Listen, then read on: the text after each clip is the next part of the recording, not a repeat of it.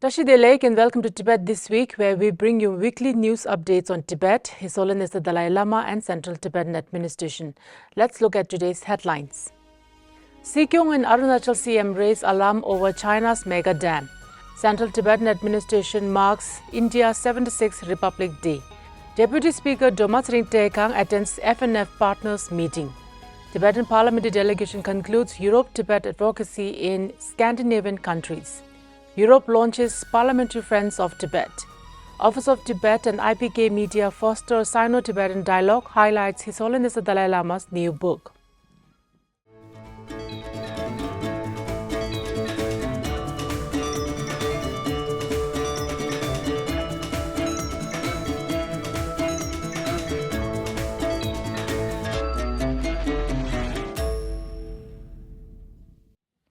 Continuing his second official visit and inspection of the Tibetan communities in the northeastern state of India after meeting Tibetans in Dimapur, Sikyong visited Itanagar next, the capital city of Arunachal Pradesh. On 24 January, Sikyong Tsering in Arunachal Pradesh, CM Shri Pema Khanto inaugurated a seminar on environment and security, addressing the risk posed by China's mega dam project on the Brahmaputra. Officials, tribal representatives and Tibet support groups attended this seminar, emphasizing Tibet's role in regional security. Sikyong highlighted Tibet's ecological significance, India-Tibet historical ties and CTA's middle way approach. CM Pema Khanto stressed the impact of Tibet's occupation on Arunachal's environment and security, urging better understanding of Tibetan refugees. Over 50 million years ago, and the human habitation on Tibet is about 30,000 years ago. So we can understand that the whole area is seismic zone, very prone to earthquake. That is why we recently witnessed earthquake in Tsering of 6.8 on the Richter scale. But some say that it's 7.1%, but if it is more than 7%, then the government will have to address it accordingly. That is why they kept it below 7 on the Richter scale. So you can see, even at that time, I said that this is nature's warning call to the Chinese government for them to take all environmental impacts into consideration before they take up any mega projects in Tibet, including the one that they announced in December on the Tsangpo River in Methok. After engagements in Itanagar, Sikyong Tsering arrived in Myo Chumbiling Tibetan settlement, where he attended the 76th Republic Day celebrations as guest of honor and inaugurated 6 newly built community halls. Addressing students, he emphasized the Tibetan plateau's significance and urged them to preserve declining Pema dialect. In his public speech, he highlighted the success of the Environment and Security Seminar in Itanagar and stressed maintaining strong local ties. Sikyong Tsering wrapped up his Arunachal Pradesh visit in Tezu with a strong warning on China's proposed mega dam on the Brahmaputra, citing severe ecological and strategic risk. During his visit, Sikyong inspected 16 Kashaks projects, met local officials and expressed gratitude for India's support. He urged Tibetans to strengthen ties with the local communities and uphold their cultural and political identity. His Arunachal tour, marked by the Environment and Security Seminar in Itanagar, is seen as a significant success. Sikyong Tsering arrived in Siliguri on Tuesday to a warm welcome. There, he inaugurated a community hall in Salugara and visited the Chakpori Tibetan Medical Institute. Later, he toured the Sakya Kunga Shetubling Monastery in Karsong before heading to Darjeeling. On Wednesday this week, Sikyong visited key Tibetan institutions in Darjeeling, including the Tibetan Refugee Self-Help Center and Sambodha Tibetan School, where he addressed the Tibetan residents. Sikyong emphasized the need to preserve Tibetan identity amidst China's misinformation and highlighted the middle way policy for a peaceful resolution of the Tibetan-China conflict. He concluded his visit with a talk at the Manjushri Center of Tibetan Culture. On 26 January, the Central Tibetan Administration celebrated India's 76th Republic Day at Sikyong, commemorating the adoption of India's constitution in 1950. Following the flag hoisting, officiating Sikyong, Thalam Dolma Changra addressed the media, extending heartfelt greetings to the Indian government and the people. She emphasized the significance of Republic Day as a symbol of India's democratic foundation, justice, liberty and equality. On the same day in Brussels, Representative Teykhang and the EU Advocacy Officer Tenzin Pinzok attended India's 76th Republic Day reception hosted by the Indian Embassy to Belgium, Luxembourg and the EU. In Germany on 24th January, Representative Chuki met Consul Sanjay Jaiswal at the Indian Consulate in Germany, thanking the embassy for assisting Tibetans with visa issues and conveyed Tibetan gratitude to the Indian government.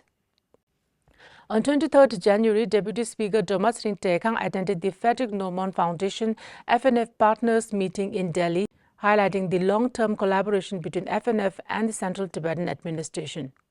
She spoke about the establishment of the Tibetan Parliamentary Policy Research Centre (TPPRC) with FNF's support, its role in strengthening Tibetan democracy and its key publications on governance and autonomy. The Deputy Speaker expressed gratitude for over 3 decades of FNF's support and urged continued collaboration, particularly in environmental and climate-related conferences. She also participated in a study tour to Germany to observe parliamentary functions and raise awareness about Tibet. The meeting marked the transition of FNF South Asia Director Dr. Carsten Klein to Germany and the appointment of his successor Mortis Klein-Brockhoff. A delegation from the Tibetan Parliament in exile consisting of parliamentarians Geshe Myolam Tharchin, Lagiri Namgye Doga and Kunjo Yarpel successfully concluded their Europe-Tibet advocacy tour in the Scandinavian countries, including Denmark, Sweden and Norway from 23rd to 29th January, engaging with key political figures and Tibet supporters. A delegation launched their advocacy visit in Denmark. The delegation met with MP Sasha Fax at the Danish Parliament, where they discussed China's human rights violations in Tibet, the forced assimilation of Tibetan children, and environmental threats. MP Fax reaffirmed support for Tibet and praised His Holiness the Dalai Lama's leadership in democracy. The delegation also engaged with the Danish Institute of Parties and Democracy and European Youth International, exploring collaborations. They met leaders from the Alliance of Democracies, including Executive Director Jonas Perello Plasner, discussing Tibetan democracy and global advocacy. They also visited the Greenlandic House in Copenhagen to discuss common challenges. In Stockholm City, the Tibetan Parliament delegation attended a public gathering at Yishunobo Buddhist Center, emphasizing the Tibetan diaspora's role in preserving culture and democracy. They also met Swedish MP Margaret Zetterfeld, chair of the Swedish Parliamentary Friendship Group for Tibet, and presented updates on Tibet's worsening situation. In Norway, the delegation visited the Norwegian Parliament. A Tibet-related meeting followed, where MPs discussed the situation in Tibet and urged greater international support for the Tibetan cause.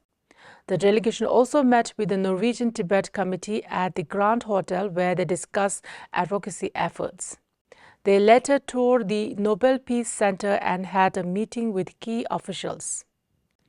On Thursday this week, the European Parliament formally launched the European Parliamentary Friends of Tibet initiative, led by MEP Professor Dainius Zalimas and supported by over 20 MEPs from major political groups. The event, held in Brussels, aims to strengthen advocacy for Tibet's rights and cultural preservation. Professor Zalimas emphasized the group's commitment to raising awareness about Tibet's plight. Representative Teykhang of the Office of Tibet Brussels highlighted the worsening situation inside Tibet, the CTA's Year of Compassion initiative for His Holiness the Dalai Lama's 90th birthday and the upcoming 9th World Parliamentarians Convention on Tibet in Tokyo. MEPs expressed their dedication to keeping Tibet on the European Parliament's agenda. The event concluded with a symbolic offering of traditional Tibetan scarves, reinforcing a shared commitment to Tibet's cause. On Monday this week, as part of the ongoing program of the Tibetan Parliament in exile, Parliamentarian Thupten Gyatso from Europe successfully concluded his official visit to Milan, Italy. MP Thupten Gyatso held a public talk at the Gepeling Dharma Center, where he spoke on the topic including His Holiness the Dalai Lama's aspirations, the evolution of Tibetan democracy and the middle way policy, among others. The Office of Tibet in Washington, D.C. and IPK Media hosted a New Year gathering to foster Sino-Tibetan dialogue. The event was attended by Representative Namgye Chudup, IPK Media Director Wang Rekin, Chinese democracy advocates Gao Bosheng, Wu Choyang, Lao Shenchun, Chinese students and policy researchers.